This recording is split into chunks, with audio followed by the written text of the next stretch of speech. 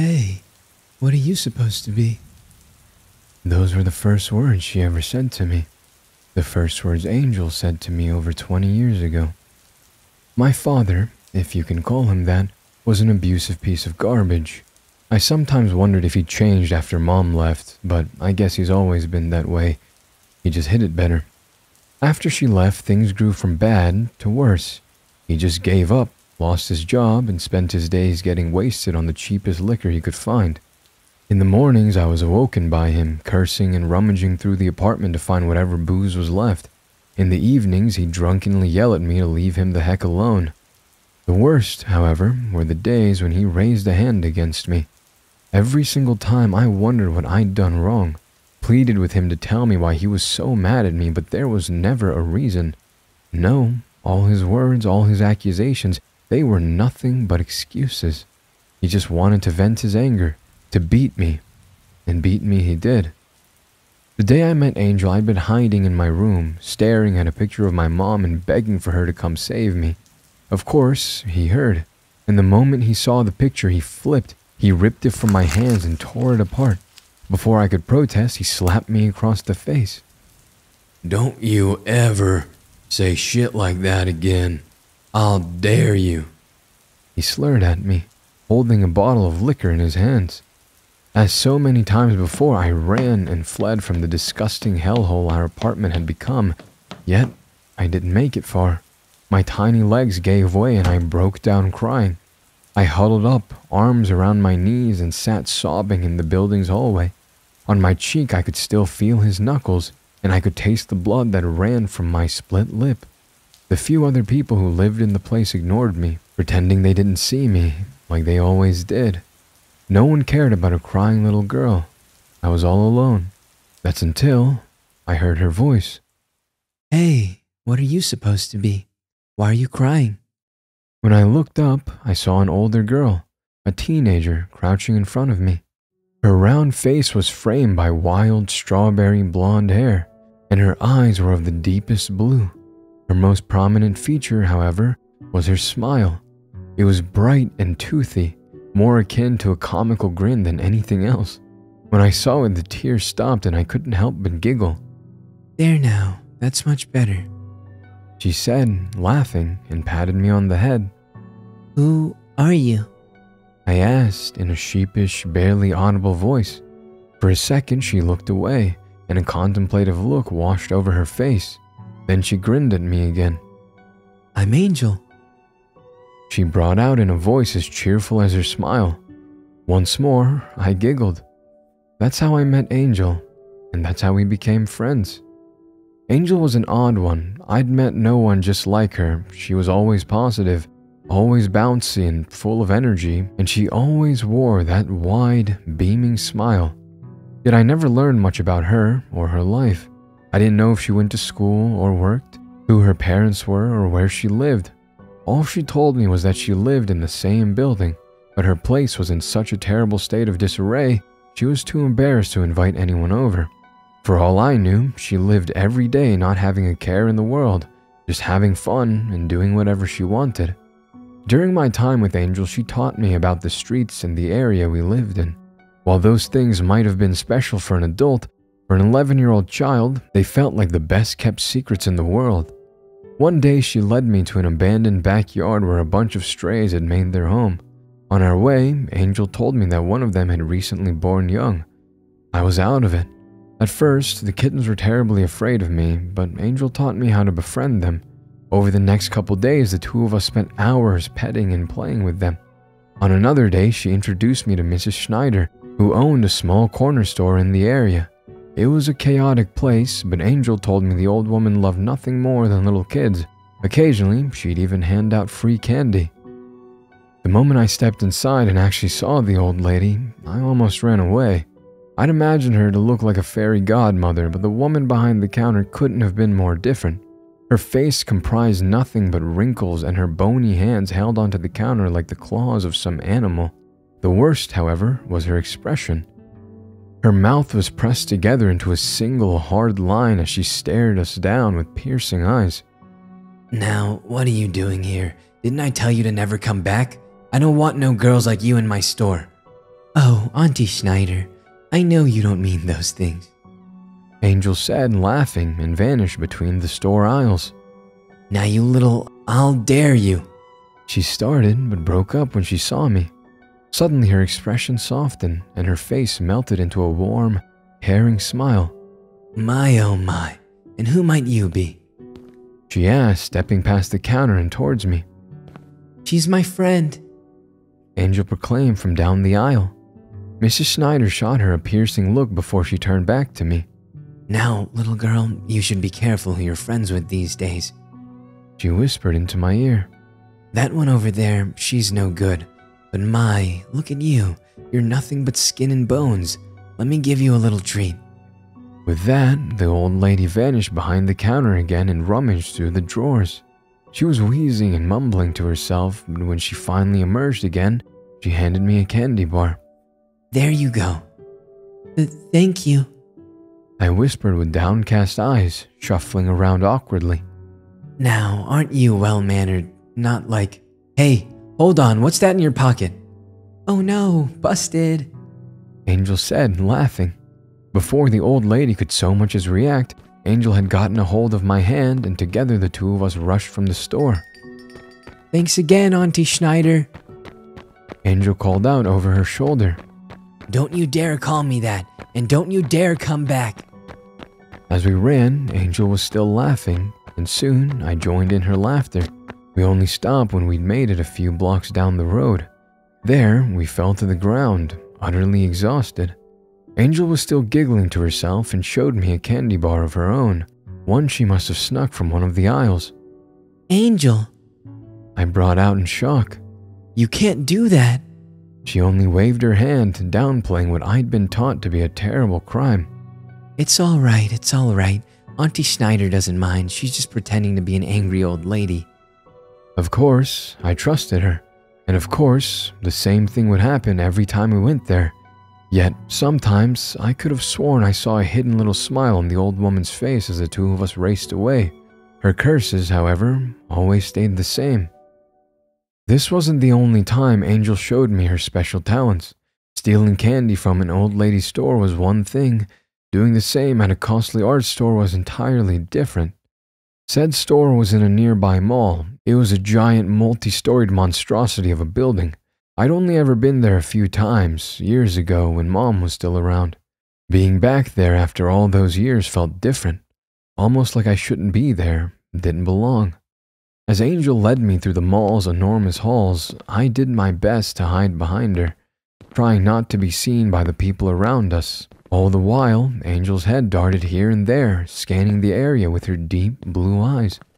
There it is, she suddenly exclaimed in a hushed whisper. Before I could read the store's sign, we were already inside, sneaking past other customers and down an aisle, unseen by the owner. My eyes grew wide. I'd never seen so many beautiful things in one place. It's so pretty, I whispered to Angel, who gave me a quick nod and another one of her beaming smiles. I saw costly glassware, various decorations, memorabilia, and beautiful porcelain figurines. Eventually, I came to a halt in front of a tiny porcelain cat. It looked as if frozen in time during stretching, was covered in brown stripes, and had glowing green eyes. For a long moment, I stared at it before I reached out to touch it. You like it? Angel asked in a hushed whisper. I nodded, but then I grew sad and returned it to its place. I knew it was way too expensive, and I knew Dad would never spend his money on anything but booze. When Angel saw my expression, a cheeky grin showed on her face. For a second, her eyes darted up and down the aisle. Then, in a swift but delicate motion, one I'd have missed if I'd as much as blinked, the figurine vanished inside her pocket. I opened my mouth, but she was quick to press her finger against my lips, motioning for me to zip it. A few moments later, we were out of the store, and after another minute, we'd left the mall behind. Once we'd made it a safe distance away, Angel handed me the little treasure. I couldn't help but stare at it in a mixture of disbelief and wonder. At first, I wasn't sure if I should take it, but when I saw the cat's cute little face, I felt tears of joy coming to my eyes and hugged Angel dearly. The most important thing, however, was that I'd just learned another little face to Angel, who she was and what she could do. Needless to say, Angel became my role model, my hero. I wanted nothing more than to be just like her, beautiful, smart, and crafty. Being the child I was, I wasted no time trying to do exactly that. One day, not long after Angel had stolen the tiny figurine from me, I decided to put what I'd learned to the test. I didn't set out for the mall, of course. I was much too scared to go there on my own. Instead, I made my way to one of the small convenience stores in the area. With quick steps, I hurried inside and vanished down an aisle, just like Angel had done. I looked up and down to make sure I was alone.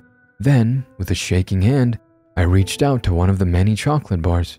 In a motion I imagined as swift and delicate as Angel's, I pocketed it. Then I raced back toward the entrance. I'd barely stepped out of the aisle when a hand closed around my wrist and I found myself face to face with an angry older man who stared me down with cold, hard eyes. Now, what do we have here? A little pickpocket? I froze. Oh no, what had I done?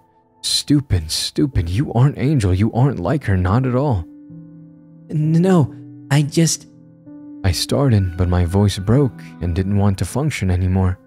All I could do was stand there and squirm under the owner's hard grip, trying my best not to burst into tears.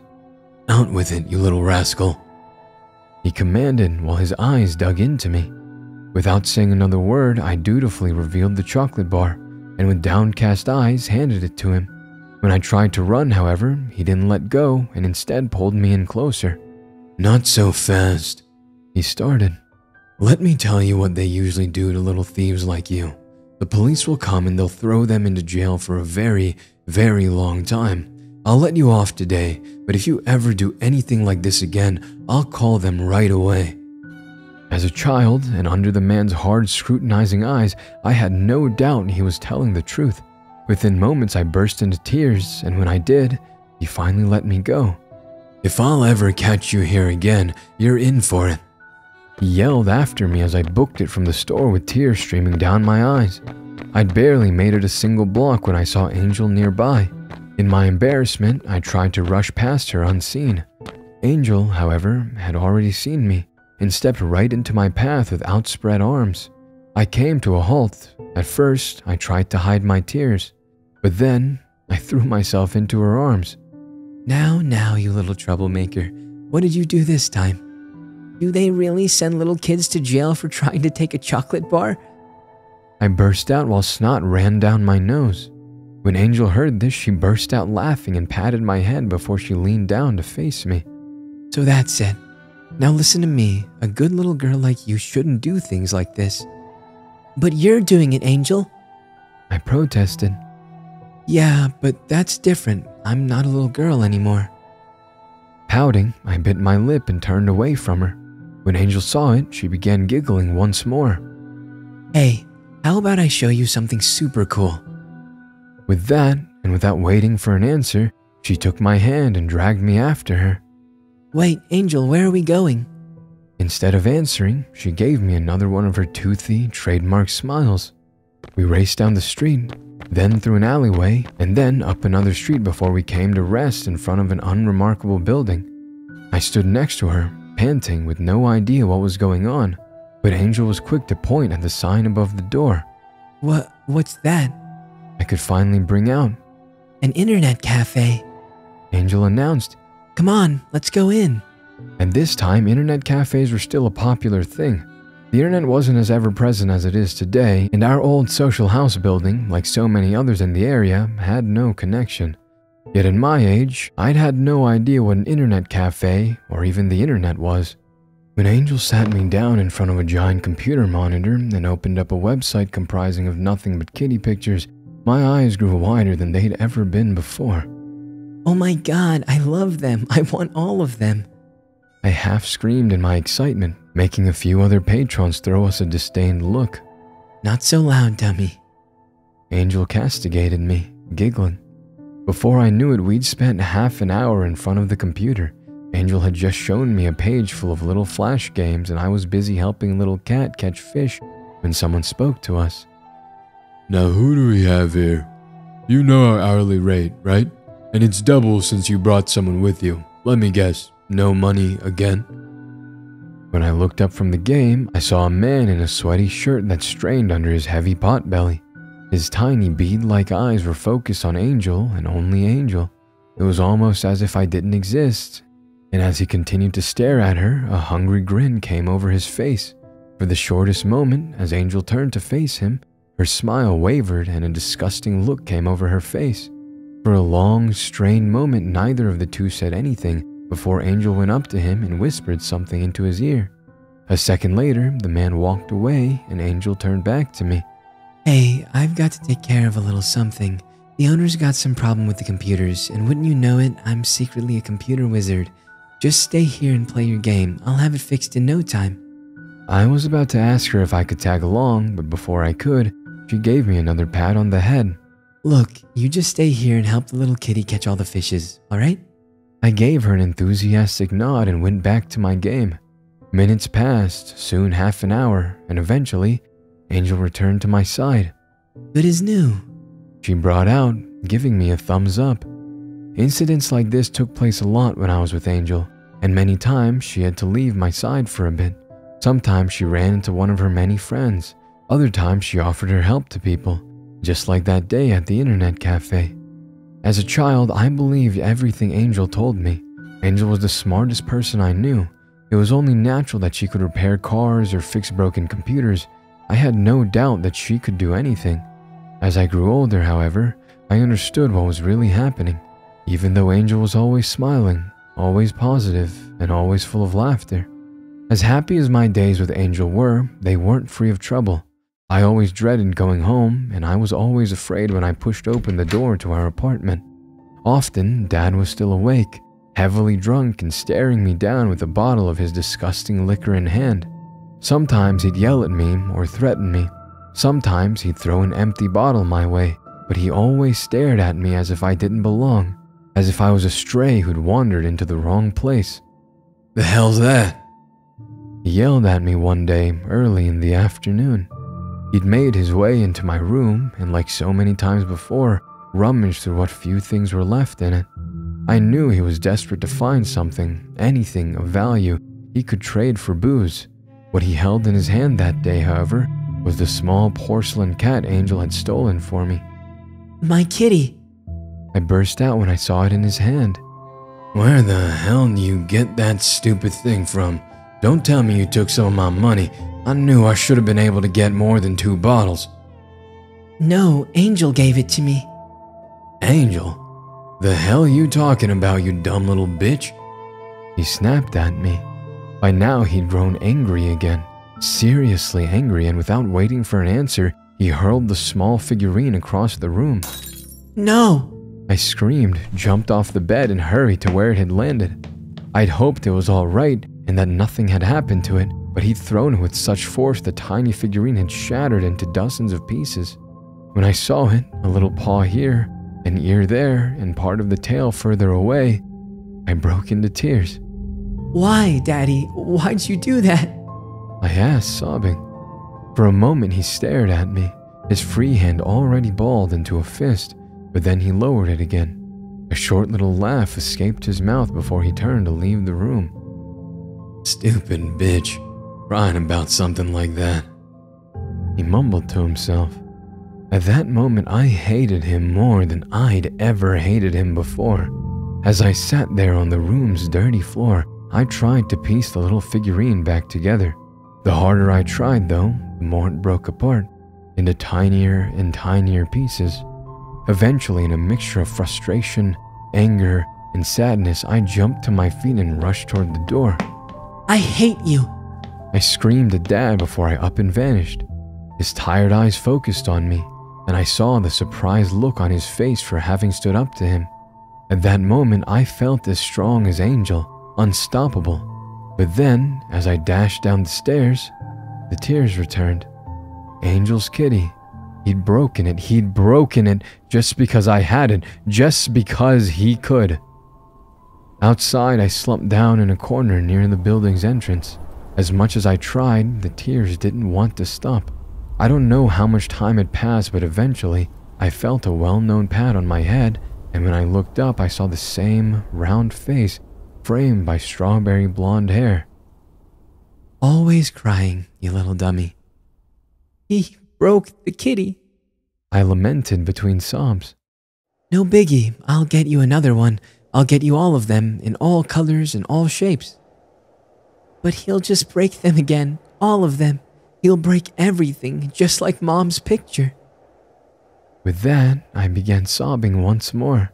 For the first time, even Angel's bright smile and bouncy demeanor weren't enough to make me smile. For a moment, Angel was quiet before she let out a heavy sigh. Okay, She finally said. I looked up, giving her a questioning look. come on, I'll show you something. It's my special place, so it has to stay our secret, okay? When I gave her a weak nod, her smile returned. Then she took my hand and began leading me down the street. We walked on for almost half an hour, following alleyways and half-hidden passages before we arrived at an old building. It was huge, bigger than any other I'd seen in the area, bigger than even the mall Angel and I had visited. As I stared upward, I couldn't even count how many floors there were, yet it seemed abandoned. Debris were everywhere, the front door broken down, the windows destroyed, and obscenities covered the walls. As I stared at the ominous, looming building, I grew anxious and couldn't help but shuffle around. Let's go, come on. When I didn't move, Angel stepped up to me and brought her round, smiling face close to mine. It's safe, I promise. She said, patting my head. Before I knew what was happening, we were already inside. As Angel led me down a long, empty hallway, our steps seemed to echo endlessly. Then she led me to a staircase, and we went up floor after floor. When we'd made it to the top, I was exhausted and wondered why Angel had brought me here. All I saw was a rusty, old metal door, one that Angel promptly pushed open. The loud scraping noise made me cringe, and my eyes darted around, afraid someone might have heard us. Don't worry, there's no one else here. With that, she stepped through the door. At first, I didn't know what she wanted to show me, but then I realized where we were, on a rooftop. You can see the entire city from up here. Angel exclaimed. For a moment, I was quiet, too stunned by the view. She was right. You could see everything from up here, the streets, the cars, the buildings, the people, and so much more. Eventually, we sat down by the edge, just staring out at the city, looking at buildings, trying to find our home, or watching the endlessly moving traffic. As we did, however, I noticed that Angel's face had changed. For the first time, her smile was gone. Her deep blue eyes had grown smaller, and a thoughtful look had come over her face. You know, I hate it. She suddenly said. Her voice had become quiet, barely more than a whisper. What do you... This. She said and pointed at the city below us. This place. This city. This world. All of it. It's all just the same. All the fun and all the happiness are gone. Just watch the people. They all just go on back and forth day after day. No one does anything else, and no one cares for anyone else. They just go to work, go back home, and then they do it all over again until the day they die.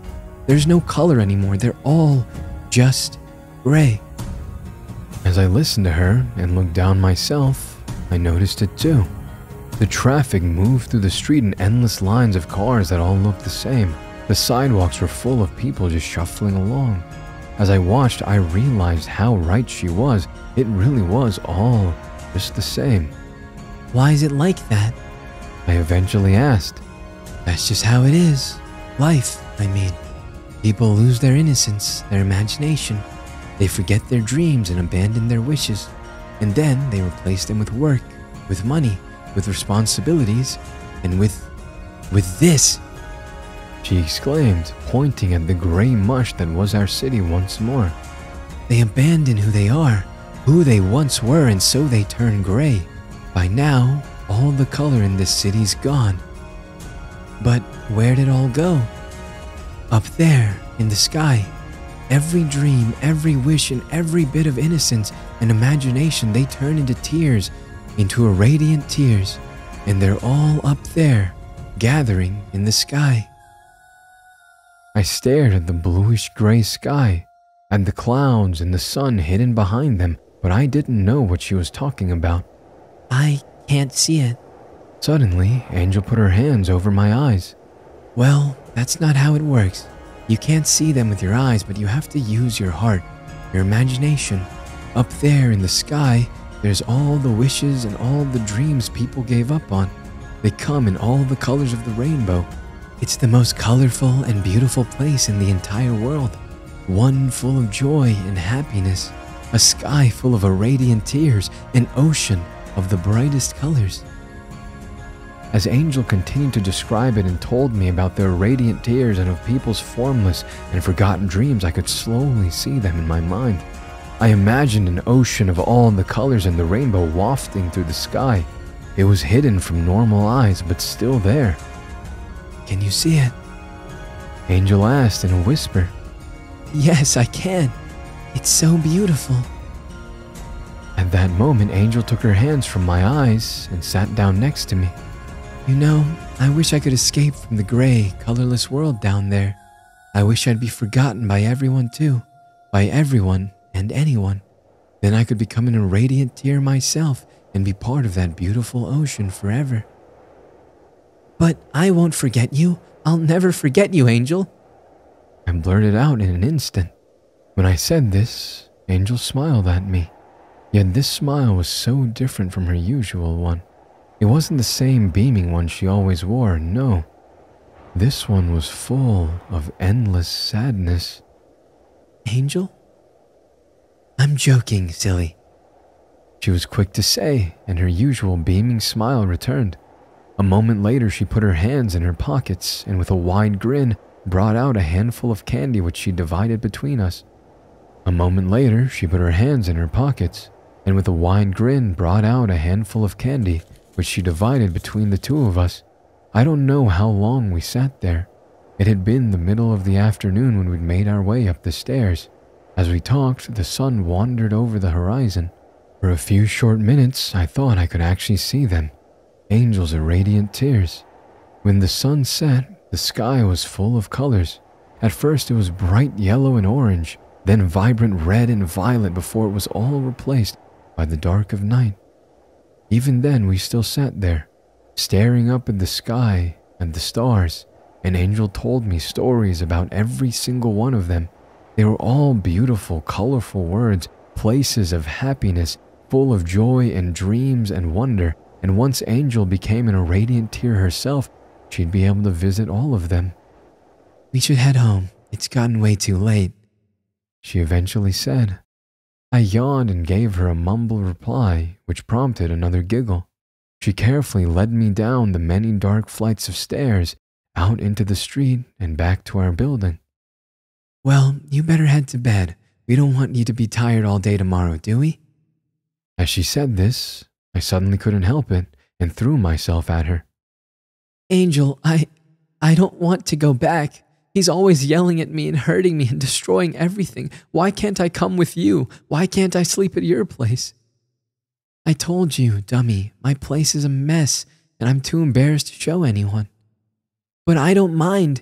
Our place is dirty too and it stinks and there's all those bottles and Dad, he's... I couldn't go on, started sobbing and buried my face in her bosom. Now, it's going to be all right. I bet your dad's asleep anyway. I looked up at her, stared at her round face, at her strawberry blonde hair and her deep blue eyes, and eventually, I nodded. As quietly as I could, I pushed open the door. Before I stepped inside, however, I turned and looked after Angel once more, whispering her a quiet good night. Then I tiptoed through the dark, silent apartment, trying my best to find my way between empty bottles and the various items Dad must have hurled across the room in another drunken stupor. Step by step I continued, but suddenly I bumped my foot against something unseen. I stumbled backward, tripped over an empty bottle, and fell against a small couch table. The resulting thud and quiet yelp that escaped my mouth were bad enough, but then the sound of shattering glass reached my ear. I froze and held my breath. For a second, this sound drowned out everything else and reverberated through the entire apartment. In shock, I turned around only to see that one of Dad's liquor bottles had fallen and shattered on the ground. Slowly, ever so slowly, my eyes moved upward to the giant, heavy-set figure on the couch. Yet Dad didn't move, didn't get up, and continued snoring. Angel had been right. He was asleep. Oh, thank God, he was really asleep. In the dark and with shaking hands, I picked up the remains of the bottle. More than once, I winced as shards cut into my hands and fingers. The entire ordeal took forever. I was sweating, shaking, and constantly staring upwards, afraid to find him awake, to find him staring down at me. I could already see his fists in my mind, could almost feel the slap I thought was coming. But no, he didn't wake up. Once I was finally done, I threw all the shards in the trash before I snuck into my room and hid myself under the blanket. He won't know, it wasn't me, I told myself again and again. I lay in bed for what must have been an eternity. I was shaking and terribly afraid he'd come for me after all. Eventually, out of sheer exhaustion, I drifted off to sleep. In my dreams that night, I was holding hands, and the two of us swam through an ocean of colorful, irradiant tears. We were both laughing, traveling all around the world and towards the stars. And then it was over. The irradiant tears in Angel's face vanished and were replaced by nothing but the deepest darkness. I felt something pressing against my body, holding me down. I struggled, kicked the blanket away only to be greeted by a nightmarish, twisted visage. In the dark, I almost couldn't make out a face. All I could see were wide, glowing eyes. Dad's eyes. The fuck did you do?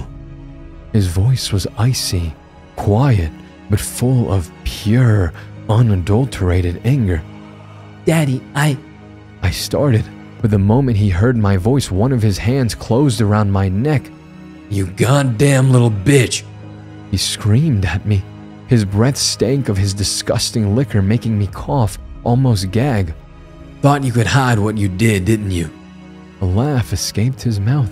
It was a cruel sound unlike anything I'd heard before, one that sent shivers through my entire body.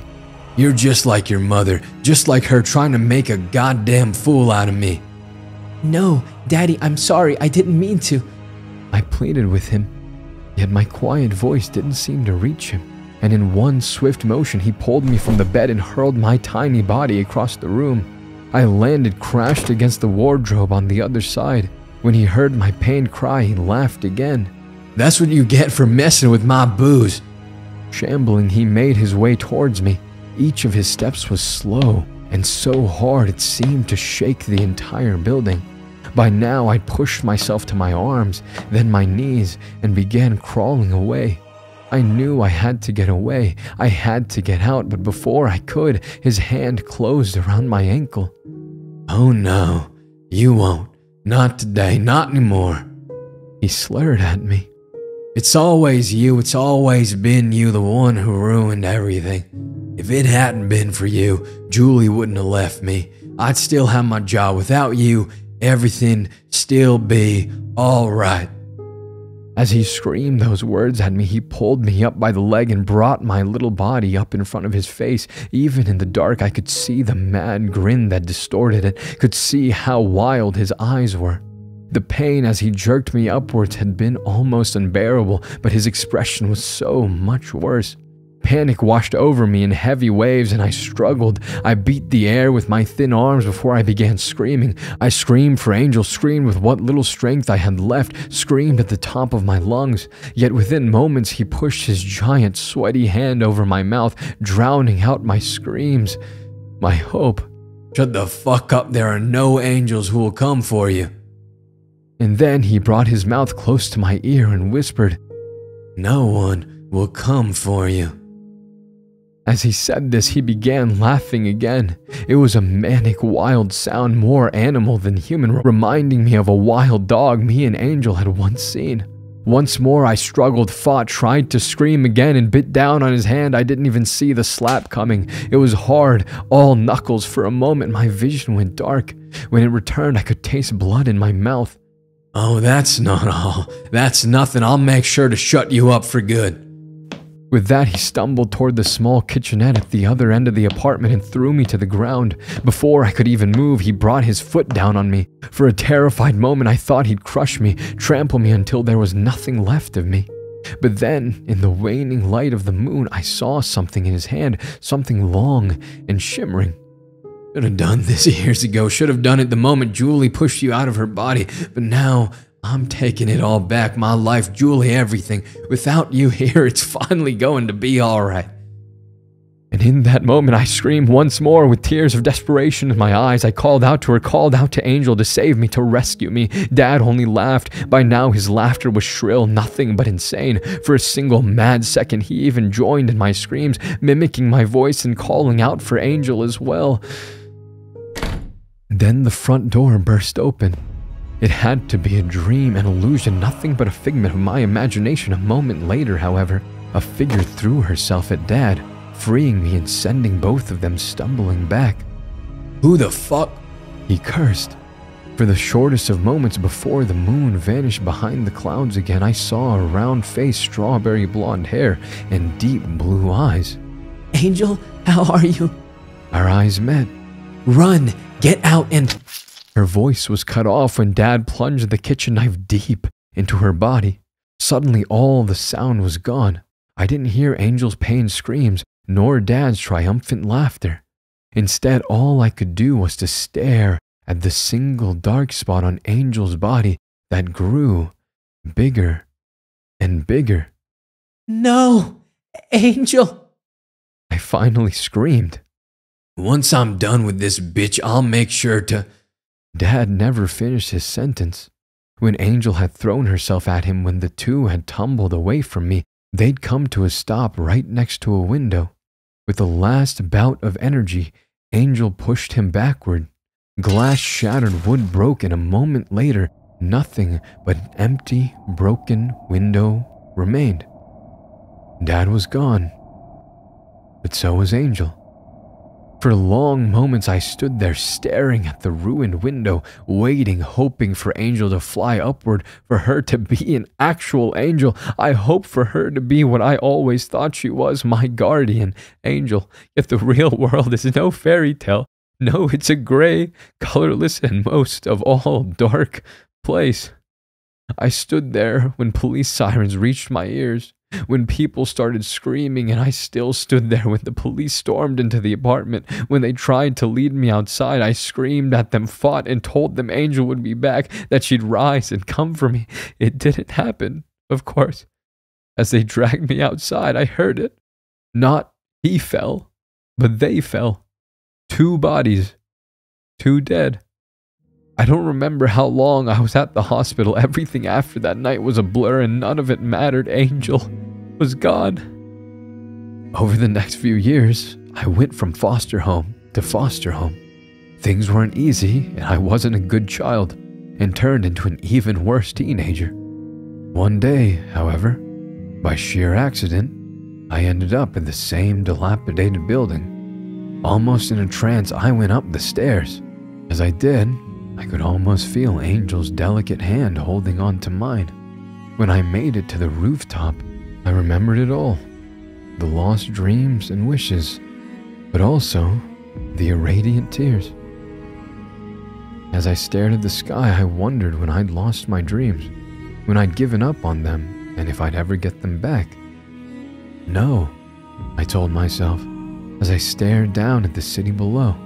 I wouldn't end up like all those gray, colorless people. Even long after her death, Angel still helped me, still protected me, and kept me going. Things didn't change overnight, of course, they never do. But change they did.